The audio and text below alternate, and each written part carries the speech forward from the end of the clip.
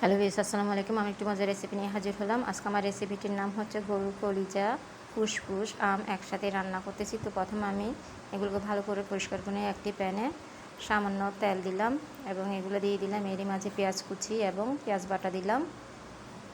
দেখতে পাচ্ছেন 1 টেবিল চামচ আদা রসুন বাটা দিলাম,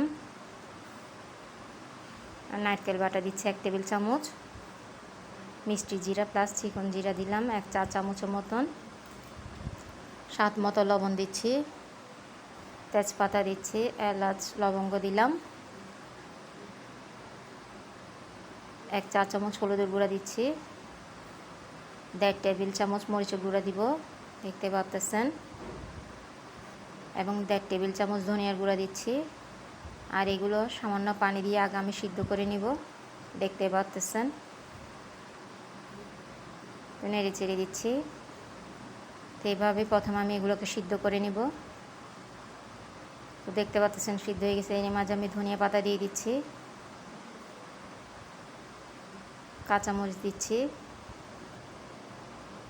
তো দেখতে পাচ্ছেন মাশাআল্লাহ তৈরি হয়ে গেল আমার গরুর ফুসফুস, কলিজা, আম একসাথেই রান্না করা। তো মাশাআল্লাহ কতটা কালারফুল দেখাচ্ছে, খুবই মজা হয় যদি এইভাবে একসাথে রান্না করা হয়। আশা করি আপনাদের সবার ভালো লাগবে। আমার চ্যানেলটিকে অবশ্যই লাইক, শেয়ার এবং সাবস্ক্রাইব করে দিবেন। এভাবে একবার হলেও তৈরি করে দেখবেন। এটা সাদা ভাতের সাথে খেতে খুবই ভালো লাগে। তো দেখার জন্য সবাইকে ধন্যবাদ।